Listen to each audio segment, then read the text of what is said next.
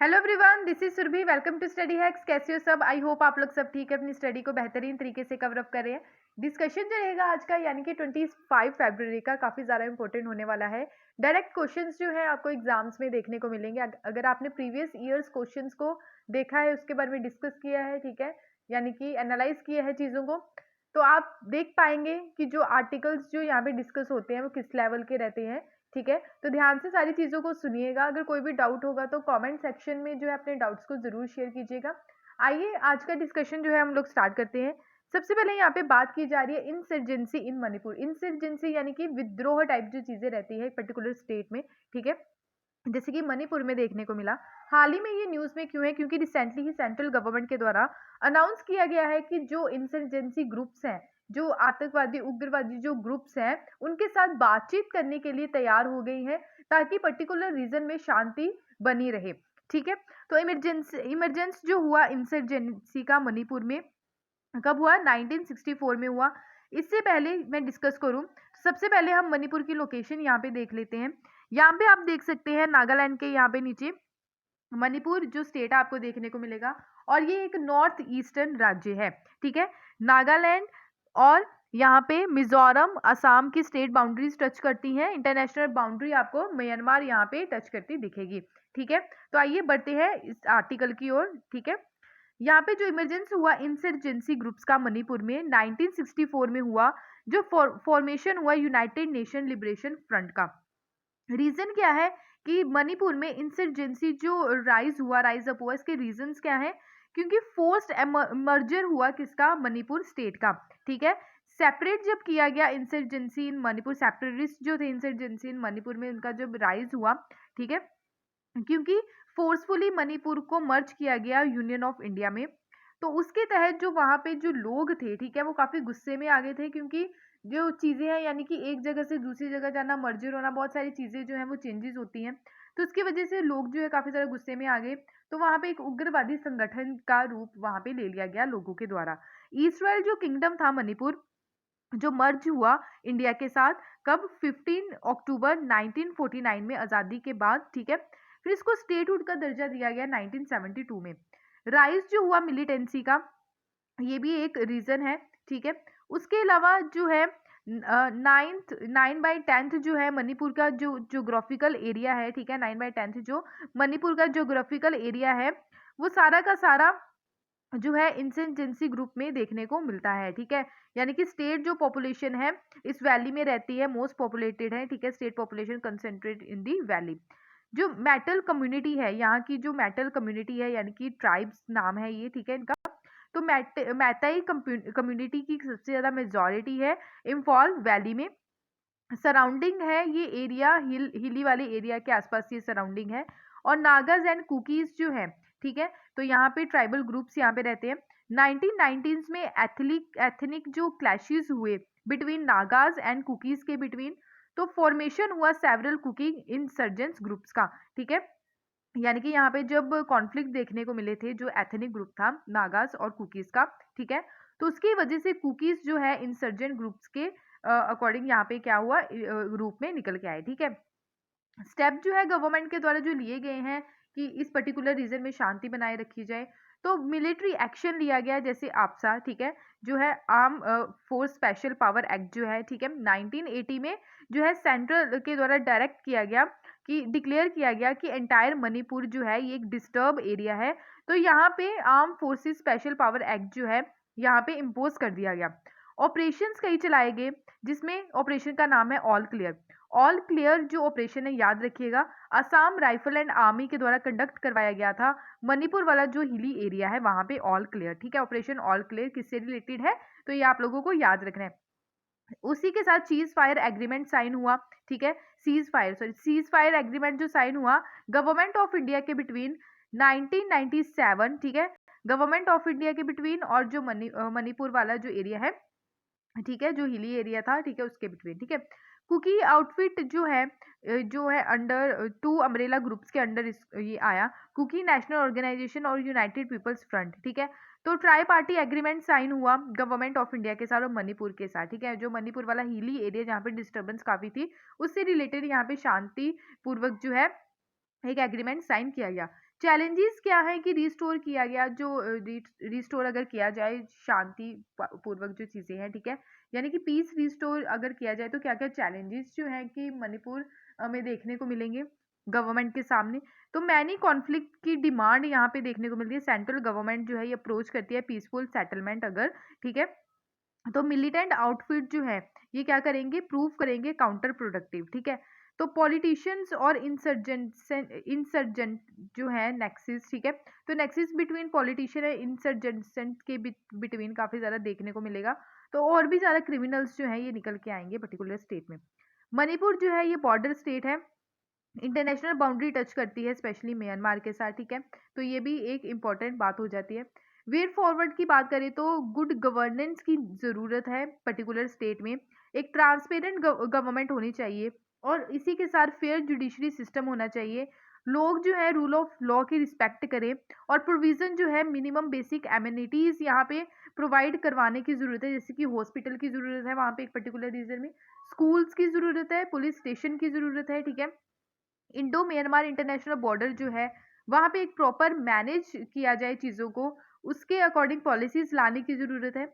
उसी के साथ अंगेज जो है लोगों की एंगेजमेंट काफ़ी ज़्यादा ज़रूरी है अगर पर्टिकुलर एरिया में शांति बनाए रखेंगे तो, ठीक है। तो आई होप आपको ये सारी चीज़ें क्लियर हुई होंगी। उसके अलावा हम आपसा के बारे में यहाँ पे थोड़ा डिस्कस कर लेते हैं। आपसा यानी कि arm force special power act, ये कब का है, 1958 का, ठीक है। तो ये पास किया गया एक्ट सितंबर 11 1958 में by the parliament of India. तो ये यहाँ पे स्पेशल पावर दे दी जाती है आर्म फोर्सेस को एक पर्टिकुलर डिस्टर्ब एरिया में अगर कोई भी स्टेट में हो, जैसे कि अरुणाचल प्रदेश में पहले लगाया गया था, असम, मणिपुर, मेघालय, मिजोरम, नागालैंड, त्रिपुरा, और बाद में इसको एक्सटेंड कर दिया गया जम्मू कश्मीर वाले रीजन में, ठीक है। तो कब किया गया, 1990 में, ठीक है, जुलाई 1990 में, ओके। उसके अलावा यहाँ पे देखें तो एनेक्ट जो किया गया 1958 में, ठीक है, नागालैंड में, असम में, मणिपुर में, ठीक है, एक्सेप्ट जो है मणिपुर में इम्फॉल म्यूनसिपल जो म्यूनसिपल एरिया है उसको, ठीक है, उसको छोड़ के बाकी सारे एरिया में इसको इम्पोज किया गया, ठीक है। अरुणाचल प्रदेश में, मेघालय में, JNK में, त्रिपुरा में 2015 में जो लिफ्टेड फ्रॉम यानी कि जब हटाया गया, मिजोरम में 1986 में, ठीक है, पंजाब चंडीगढ़ में इम्पोज किया गया 1983 में, फिर इसको हटा लिया गया 1997 में, ठीक है। तो आई होप आपको ये क्लियर हुआ होगा। नेक्स्ट यहाँ पे देखते हैं कि आपसा जो है स्पेशल पावर एक्ट है, तो इस एक्ट का काफ़ी ज़्यादा जो है प्रोटेस्ट भी किया जाता है आज के टाइम में, ठीक है। माना जाता है कि आर्मी के पास इतनी पावर आ जाती है कि वो किसी को भी मार देते हैं, ऐसी कंडीशन देखने को मिली थी कुछ महीने पहले, ठीक है, स्पेशली नागालैंड वाले एरिया में, ओके। तो यहाँ पे फोर्स इन मणिपुर सिंस 1980 में यहाँ पे मणिपुर में लाया गया और इसके तहत इरोम शर्मिला के द्वारा यहाँ पे हंगर स्ट्राइक की गई कि इस एक्ट को हटाया जाए 2000 में। तो स्पेशल पावर जो है आर्मी को दे दी जाती है इसके तहत, ठीक है। तो आर्मी के पास पावर आ जाती है कि वो बिना वारंट के किसी भी पर्सन को अरेस्ट कर सकते हैं, डिस्ट्रॉय कर सकते हैं स्ट्रक्चर जो सस्पेक्टेड है, हाउस, आर्म डंप, ठीक है, शेल्टर, ठीक है। तो ये सारी पावर्स आ जाती है किसके अंडर, आर्म फोर्सेस के अंदर, ठीक है। तो आई होप आपको ये सारी चीजें क्लियर हुई होंगी। बढ़ते हैं नेक्स्ट आर्टिकल की ओर। नेक्स्ट यहाँ पे बात की जा रही है आयुष स्टार्टअप चैलेंज के बारे में। एक स्टार्टअप चैलेंज यहाँ पे स्टार्ट किया गया है आयुष से रिलेटेड। आयुष की फुल फॉर्म क्या है, आयुर्वेदा, योगा, यूनानी, सिद्धा, होम्योपैथी, ठीक है। तो आयुष की फुल फॉर्म आप लोगों ने पहले तो ये याद रखनी है। अब ये न्यूज़ में क्यों है उसके रिलेटेड जो चीज़ें हैं वो हम लोग डिस्कस कर लेते हैं। यहाँ पे जो बात की जा रही है कि all India institute of Ayurveda जो एसोसिएशन है विद स्टार्टअप इंडिया, तो इनके द्वारा मिलकर लॉन्च किया गया है आयुष स्टार्टअप चैलेंज, ठीक है। तो लॉन्च जो किया गया है ताकि इनकरेज कर सके हमारी कंट्री में जो स्टार्टअप्स हैं, इंडिविजुअल जो वर्क कर रहे हैं आज के टाइम में, इनोवेशंस जो हैं, ठीक है। तो आयुर्वेदा की फील्ड में और अल्टरनेटिव जो हीलिंग है उसकी फील्ड में यहाँ पे जो है ये स्टार्टअप चैलेंज जो है आयुष रिलेटेड इसको स्टार्ट किया गया है। विनर जो रहेंगे स्टार्टअप चैलेंज में उनको कैश प्राइज से नवाजा जाएगा और उसी के साथ साथ इंक्यूबेशन सपोर्ट दिया जाएगा इस एरिया में, यानी कि all India institute of Ayurveda के द्वारा उस पर्सनैलिटी को उनके द्वारा सपोर्ट भी मिलेगी, ठीक है। कैश प्राइस जो रहेगा 1 लाख रहेगा और 50,000 जो होगा वो रनर अप के लिए होगा। आयुष स्टार्टअप चैलेंज आप यहाँ पे देख सकते हैं, कैश प्राइस रहेगा, इंक्यूबेशन जो सपोर्ट देखने को मिलेगी, ठीक है। इसके अलावा यहाँ पे बात करें तो 3 एंट्री कैटेगरीज यहाँ पे है पार्टिसिपेशंस के लिए, ठीक है, जो पार्टिसिपेट करेंगे इसमें, जैसे आयुष फूड इनोवेशन हो गया, आयुष बायो इंस्ट्रूमेंटेशन हो गया जो हार्डवेयर सॉल्यूशंस होते हैं, आयुष आईटी सॉल्यूशन हो गया सॉफ्टवेयर सॉल्यूशन, और there will be 2 winners in each 3 categories, ठीक है, यानी कि 3 कैटेगरीज में जो है 2 विनर्स यहाँ पे अनाउंस किए जाएंगे। स्टेटस जो है आयुष का हमारी कंट्री में, आयुष मार्केट का इंडिया में देखे तो मार्केट साइज जो है आयुष सेक्टर का ये ग्रोन हुआ, यानी कि ये बढ़ा 17% 2014 में, और इसका जो रीच हुआ यानी कि जो कमाई हुई तो 18.1 बिलियन यूएसडी डॉलर हुई, ठीक है। ग्लोबल शेयर की बात करें तो इंडिया जो है फास्टर ग्रोइंग है, स्पेशली आयुष मार्केट में अगर कंपेयर करें वर्ल्ड से तो 2.8% अबाउट मार्केट का जो निकल के आता है। आयुष मार्केट जो है करंटली एस्टिमेट इसको किया गया है 10 billion USD dollar and projected 50% increase हुआ नेक्स्ट 5 ईयर तक, ठीक है, यानी कि ऐसी आशा लगाई जा रही है कि नेक्स्ट 5 ईयर तक ये और भी इंक्रीज होने वाला है, ठीक है। तो अदर स्कीम्स जो है आयुष रिलेटेड वो है national Ayush mission, national portal on Ayush sector, Ayush entrepreneurship programme, Ayush wellness centre, ACCR portal and Ayush Sanjeevani app, ठीक है। तो ये आप लोगों को पर्टिकुलर याद रखना है, ओके। तो आई होप आपको ये क्लियर हुआ होगा। नेक्स्ट यहाँ पे बात की जा रही है सिमलीपाल बायोस्फीयर रिजर्व के बारे में। अभी ये हाल ही में न्यूज़ में क्यों है? सिमलीपाल बायोस्फीयर रिजर्व है कहाँ? ये ओडिशा में है। तो ये न्यूज़ में इसलिए क्योंकि रिसेंटली फॉरेस्ट एडमिनिस्ट्रेशन के द्वारा सेल्फ हेल्प ग्रुप्स के साथ मिलके एक अवेयरनेस कैंपेन स्टार्ट किया गया है, ताकि जो फायर्स की सिचुएशन होती है फॉरेस्ट में उसको कंट्रोल किया जा सके, उसको मैनेज किया जा सके, स्पेशली सिमलीपाल बायोस्फीयर रिजर्व में, ठीक है। तो इससे पहले साइंटिस्ट के द्वारा अनरिवील्ड किया गया था जो मिस्ट्री है बिहाइंड ओडिशा जो ब्लैक टाइगर से रिलेटेड, ठीक है। तो ये ब्लैक टाइगर की फोटो है जो आपके सामने है, ठीक है। सिमलीपाल जो है ये ड्राइव किया गया इसका नाम यानी कि सिमोल से, यानी कि सिल्क कॉटन जो ट्री है, ठीक है। तो ये फॉर्मली डेजिग्नेटेड इसको किया गया था एज अ टाइगर रिजर्व 1956 में। फिर अंडर प्रोजेक्ट टाइगर के अंडर जो 1973 में आया, तो उसके अंडर इसको क्या किया गया था? टाइगर रिजर्व घोषित किया गया था, डेजिग्नेट किया गया था, ठीक है। और इसको बाद में डिक्लेयर किया गया 1994 में as a biosphere reserve government of India के द्वारा। उसी के साथ ये UNESCO world network of biosphere का भी पार्ट बना 2009 में, ओके। और ये पार्ट है सिमलीपाल खुदीला, ठीक है। खुदीला जो है हथगढ़ एलिफेंट रिजर्व, जो पॉपुलरली जिस नाम से पुकारा जाता है इसको मयूरभंज एलिफेंट रिजर्व के नाम से, ठीक है। फॉरेस्ट फायर ये काफ़ी ज़्यादा इस एरिया में देखने को मिलता है। 2021 में सिमलीपाल जो है यहाँ पे मेजर फायर देखने को मिली फेब्रुअरी, ठीक है, फेब्रुअरी के एंड और अर्ली मार्च, यानी कि फेब्रुअरी के एंड और मार्च स्टार्टिंग के जो स्टार्टिंग का जो टाइम ड्यूरेशन था, तो वहाँ पे फॉरेस्ट फायर काफ़ी ज़्यादा देखने को मिली सिमलीपाल नेशनल पार्क में, ठीक है। सिमलीपाल नेशनल पार्क जो है मयूरभंज डिस्ट्रिक्ट में लोकेटेड है, नॉर्थ पार्ट में, ठीक है। जियोग्राफिकल अगर लोकेशन देखें तो ईस्टर्न एंड जो है ईस्टर्न यानी कि ईस्टर्न घाट्स में ये देखने को मिलता है। ईस्टर्न और वेस्टर्न घाट्स क्या होते हैं पहले हम ये जान लेते हैं। ईस्टर्न घाट्स घाट्स यानी कि आप देख सकते हैं जो हमारी कोस्टल बाउंड्रीज है उसके साथ जो हमारी स्टेट बाउंड्रीज टच करती है, ठीक है। तो ये वेस्टर्न घाट्स में आ जाते हैं और ये ईस्टर्न घाट्स में आ जाते हैं। वेस्टर्न घाट्स में गुजरात, महाराष्ट्र, गोवा, कर्नाटका, केरला और तमिलनाडु का कुछ पार्ट, यानी कि 6 ऐसे स्टेट्स हैं जो वेस्टर्न घाट्स का पार्ट है। ईस्टर्न घाट्स की बात करें तो वेस्ट बंगाल है, उड़ीसा, आंध्र प्रदेश एंड तमिलनाडु, तो 4 ऐसे डिस्ट्रिक्ट हैं जो ईस्टर्न घाट्स का पार्ट है। तो उड़ीसा में जो सिमलीपाल नेशनल पार्क है, तो at the end of the tip जो है ईस्टर्न घाट्स में सिचुएटेड है, ठीक है। इसके अलावा बात करें तो, ठीक है, तो यहाँ पे बात की जा रही है कि बायोस्फीयर जो स्प्रेड है ओवर, यानी कि कितने एरिया में ये फैला हुआ है, 4374 स्क्वायर किलोमीटर में ये फैला है। 845 स्क्वायर किलोमीटर जो है कोर फॉरेस्ट एरिया है टाइगर रिजर्व का। 2129 स्क्वायर किलोमीटर ये बफर एरिया है।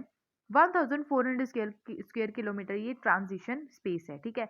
सिमलीपाल जो है 1076 फ्लावरिंग स्पीसीज यहाँ पे पाई जाती है, 96 यहाँ पे ऑर्चिड्स पाए जाते हैं। और इसी के साथ ट्रॉपिकल सेमी एवरग्रीन फॉरेस्ट है, ट्रॉपिकल मॉइस्ट डिसीजियस फॉरेस्ट है और ड्राई डिसीजियस हिल फॉरेस्ट यहाँ पे देखने को मिलते हैं। 2 ट्राइब्स यहाँ पे पाई जाती है जैसे अरिंगा थारिज एंड मन किरदास, यहाँ पे जो है इनका हैबिटेट है। यहाँ पे ये एग्रीकल्चर एक्टिविटीज़ की प्रैक्टिस करते हैं, वो भी ट्रेडिशनली। सिमलीपाल जो है ये वाइड रेंज वाइल्ड एनिमल यहाँ पे देखने को मिलते हैं, इंक्लूडिंग टाइगर, एलिफेंट, उसी के साथ 304 स्पीसीज बर्ड्स की हैं, 20 स्पीसीज एम्फीबियंस की हैं एंड 62 स्पीसीज रेप्टाइल्स की है। एम्फीबियन यानी कि जो पानी में भी रहते हैं और लैंड पे भी रहते हैं, ठीक है। अब बात करते हैं कि जो आग यहाँ पे देखने को मिलती है फॉरेस्ट में, इसका क्या क्या कारण है, ठीक है, और मिल्टिगेशन भी इसका देखेंगे, ठीक है। फॉरेस्ट फायर ये एक नेचुरल भी होती है और मैन मेड भी होती है। नेचुरल यानी कि जो लाइटनिंग होती है, जैसे बिजली वगैरह गिरती है, ठीक है, उसके कारण जो सोअरिंग टेम्परेचर रहता है, ठीक है, उसका जो रिजल्ट निकलता है कि फॉरेस्ट फायर यहाँ पे देखने को मिलती है। अब मैन मेड की बात करें, जैसे हंटिंग करना, पोचिंग करना, ठीक है, स्मॉल पैचेस फॉरेस्ट यानी कि फॉरेस्ट को जलाना, क्लियर, ताकि वहाँ पे जो है डेवलपमेंट के नाम पे सारी चीज़ें जो है ऐसी एक्टिविटी की जाती हैं, ठीक है, ताकि वाइल्ड एनिमल को डाइवर्ट किया जा सके, ठीक, ताकि वो उस एरिया में ना आए। तो ये मैन मेड भी है फैक्टर और नेचुरल भी है, ठीक है। मिटिगेशन की बात करें कि मिटिगेशन स्ट्रेटजीज क्या है, फोरकास्ट यानी कि हम इसको कैसे कंट्रोल कर सकते हैं कि जो फायर प्रोन जो डेज हैं, ठीक है, जैसे कि फरवरी के लास्ट में और मार्च की स्टार्टिंग में ये देखने को मिला, तो वैसे फायर प्रोन डेज का जो फोरकास्ट करें प्रॉपरली, ठीक है, जैसे उसमें इंक्लूडेड हो कम्युनिटी मेंबर्स जो मिटिगेट कर सके इंसिडेंट जो हो रहा है, ठीक है, फायर का, उसको कंट्रोल किया जा सके, मैनेज किया जा सके, creating fire lines proper create की जाए, क्लियर किया जाए साइट्स को जो ड्राइड बायोमास है, और क्रैकडाउन हो जो पोचर्स हैं, ठीक है, उनका, ओके। इम्पैक्ट क्या क्या पड़ता है अगर पर्टिकुलर फॉरेस्ट में फायर देखने को मिलती है, तो बायोडाइवर्सिटी के ऊपर बहुत ज़्यादा इम्पैक्ट पड़ता है, सॉइल इरोजन और फ्लड की कंडीशंस बहुत ज़्यादा होती है, डेजिडिफिकेशन का जो है प्रोसेस वो देखने को मिलता है, ठीक है, उसी के साथ क्लाइमेट चेंज के ऊपर बहुत ज़्यादा इम्पैक्ट पड़ता है। अगर फॉरेस्ट फायर होगी तो बहुत सारी गैसेस जो हार्मफुल गैसेस जो हैं वो हमारी एटमॉस्फेरिक ओजोन लेयर में जाएगी, जिसके कारण कार्बन एमिशन होगा, ठीक है, तो क्लाइमेट चेंज के ऊपर बहुत ज़्यादा असर पड़ेगा। नीड है मिटिगेशन की, रिहैबिलिटेशन की और रिस्टोरेशन की, ठीक है। फायर प्रोटेक्शन फीचर्स की बात करें तो एग्जिट पाथ होने चाहिए, एक्टिव फायर प्रोटेक्शन सिस्टम होना चाहिए, ठीक है, टाइप हो ऑक्यूपेशन की और फायर डिज़ाइन, ठीक है। दूसरा है रेगुलेट करना, इन्फोर्स करना चीज़ों को, रेगुलेशन प्रॉपर होना चाहिए, कोड्स एंड स्टैंडर्ड जो है वो अच्छे तरीके से लेके आने चाहिए, ठीक है, आने वाले टाइम में। और उसी के साथ कॉमन जो सिविक सेंस है, यानी कि फायर सेफ्टी अवेयरनेस लोगों में फैलानी है, इवैक्यूएशन करना ड्रिल्स का, right of way to fire fighters, उसी के साथ technology and fire fighting resources यहाँ पे अवेलेबल होने चाहिए, जैसे कि response time, voluntary fire fighters होने चाहिए, एमरजेंसी प्रिपेयर्डनेस जो है वो प्रॉपर तरीके से उस पर्टिकुलर एरिया में लेके आनी चाहिए, ठीक है। तो आई होप आपको ये सारी चीज़ें क्लियर हुई होंगी। उसके अलावा बात करें जो अदर मेजर प्रोटेक्टेड एरियाज है उड़ीसा में, वो है भितरकनिका नेशनल पार्क, उसके अलावा Badrama wildlife sanctuary, Chilika Nalaban island wildlife sanctuary, Hadgarh wildlife sanctuary, Baisipalli wildlife sanctuary, Kotagarh wildlife sanctuary, Nandankanan wildlife sanctuary, Lakhari valley wildlife sanctuary, Gahirmatha marine wildlife sanctuary, ठीक है। तो यहाँ पे सिचुएटेड है, यहाँ पे आपके सामने मैप भी है कि उड़ीसा में कहाँ कहाँ जो प्रोटेक्टेड एरियाज है वो यहाँ पे आपको पर्टिकुलर लोकेशन देखने को मिलेगी। तो आई होप आपको ये सारी चीज़ें क्लियर हुई। बढ़ते हैं नेक्स्ट आर्टिकल की ओर। नेक्स्ट यहाँ पे बात की जा रही है national means cum merit scholarship, ठीक है। तो यहाँ पे जो बच्चे रहेंगे जो गवर्नमेंट स्कूल में पढ़ते हैं, ठीक है, तो इसके under national means cum merit scholarship यहाँ पे प्रोवाइड करवाई जाती है बच्चों को। अब ये न्यूज़ में क्यों है, क्योंकि recently he ministry of education के द्वारा अप्रूव किया गया है कि जो नेशनल मीन्स कम मैट्रिक स्कॉलरशिप है इसको कंटिन्यूशन में रखा जाएगा, यानी कि कंटिन्यू रहेगी। 15th फाइनेंस कमीशन के द्वारा इसके पीरियड को बढ़ा दिया गया है 5 साल और, यानी कि 2021 से 2025 तक ये सारी चीज़ें जो है चलेंगी, ठीक है। तो फाइनेंशियल आउटले जो है 1827 करोड़ जो है यहाँ पे फाइनल जो है आउटले यहाँ पे रखा गया है। अगर बात करें फाइनेंस कमीशन की, 15 फाइनेंस कमीशन के चेयरमैन कौन है आज के टाइम में, वो है एन के सिंह है। एक संवैधानिक बॉडी है, यानी कि कॉन्स्टिट्यूशनल बॉडी है, ठीक है। President of India finance commission को क्या करते हैं, अपॉइंट करते हैं, और आर्टिकल 280 के अंडर इसको रखा गया है हमारे संविधान में, ठीक है। अब बढ़ते हैं स्कीम की ओर। ये स्कीम जो है ये सेंट्रल सेक्टर स्कीम है जो लॉन्च की गई 2008 में। यहाँ पे अवार्ड दिया जाता है, यानी कि बच्चों को स्कॉलरशिप दी जाती है जो मेरिटियस जो स्टूडेंट्स होते हैं, इकोनॉमिकली वीकर सेक्शन, और जो ताकि रिड्यूस किया जा सके, स्पेशली जो 8th के बाद स्कूल छोड़ देते हैं, ठीक है, पैसों की कमी की होने की वजह से। तो इसलिए इस चीज़ को रिड्यूस करने के लिए स्कॉलरशिप जो है ये ऐसी स्कीम लाई गई है सेंट्रल गवर्नमेंट के द्वारा, ठीक है। 22.6 लाख स्कॉलरशिप यहाँ पे सैंक्शन की गई थी 2020 में, जिसमें खर्चा आया था 1783 करोड़। ठीक है, उसके अलावा इनकरेज किया जाता है इसके तहत स्टूडेंट्स को, ताकि वो स्टडीज़ को ना छोड़ें। ठीक है, स्पेशली सेकेंडरी स्टेज तक स्कीम जो है ये इन्वेस्ट की गई, यानी कि यहाँ पे 1 लाख फ्रेश स्कॉलरशिप दी जाती है एवरी ईयर। बच्चों को सिलेक्ट किया जाता है क्लास जो है 9th एंड देयर कंटिन्यूशन, ताकि वो 10th और 12th तक जो है अपनी पढ़ाई जो है स्टेट गवर्नमेंट के स्कूल्स में कर सकें। स्कॉलरशिप यहाँ 12,000 तक दी जाती है पर एनम, 1000 पर मंथ यहाँ पे दिया जाता है। ठीक है, सिलेक्टेड स्टूडेंट्स जो हैं क्लास 9 से लेके 12 तक जो है स्टडीज़ कंटिन्यू रखेंगे। सिलेक्शन जो रहती है स्टूडेंट्स की स्कॉलरशिप के तहत यहाँ पे देखने को मिलती है, जो स्कॉलरशिप में जो सिलेक्शन रहती है, ये बस जो है यहाँ पे एग्जामिनेशन कंडक्ट करवाया जाता है इसके तहत स्टेट गवर्नमेंट के द्वारा। फिर बच्चे जो यहाँ पे टॉप करते हैं तो उनको ये स्कॉलरशिप दी जाती है। स्कॉलरशिप जो है ये स्टेट बैंक ऑफ इंडिया में अगर अकाउंट होगा तो वो डायरेक्ट बैंक अकाउंट में ये जो है पैसा जाएगा क्वार्टरली बेसिस पे। एलिजिबिलिटी क्राइटेरिया क्या है? स्टूडेंट्स जिनके पेरेंट्स की इनकम का सोर्स नहीं है, या फिर नॉट मोर देन 3 टू 50,000। ठीक है, यानी कि 3 नॉट इनकम टू, जिनकी पेरेंट्स की एनुअल इनकम 3,50,000 पर एनम से ज़्यादा नहीं होगी। ठीक है, वो बच्चे एलिजिबल रहेंगे इस स्कॉलरशिप के लिए। स्टूडेंट्स जो है जो केंद्रीय विद्यालय, जवाहर नवोदय विद्यालय, रेजिडेंशियल स्कूल्स में पढ़ते होंगे, जो स्टेट गवर्नमेंट के द्वारा चलाए जाते हैं, रन किए जाते हैं, यानी कि फंड्स दिए जाते हैं। प्राइवेट स्कूल के लिए ये स्कीम एलिजिबल नहीं है। ठीक है, at the time of selection award जो दिया जाता है, यानी कि स्कॉलरशिप जो दी जाती है बच्चों को, ठीक है, यानी कि 55% से कम मार्क्स नहीं होने चाहिए। कौन सी क्लास में? 8th में। ठीक है, 5% रिलैक्सेशन है शेड्यूल कास्ट के लिए।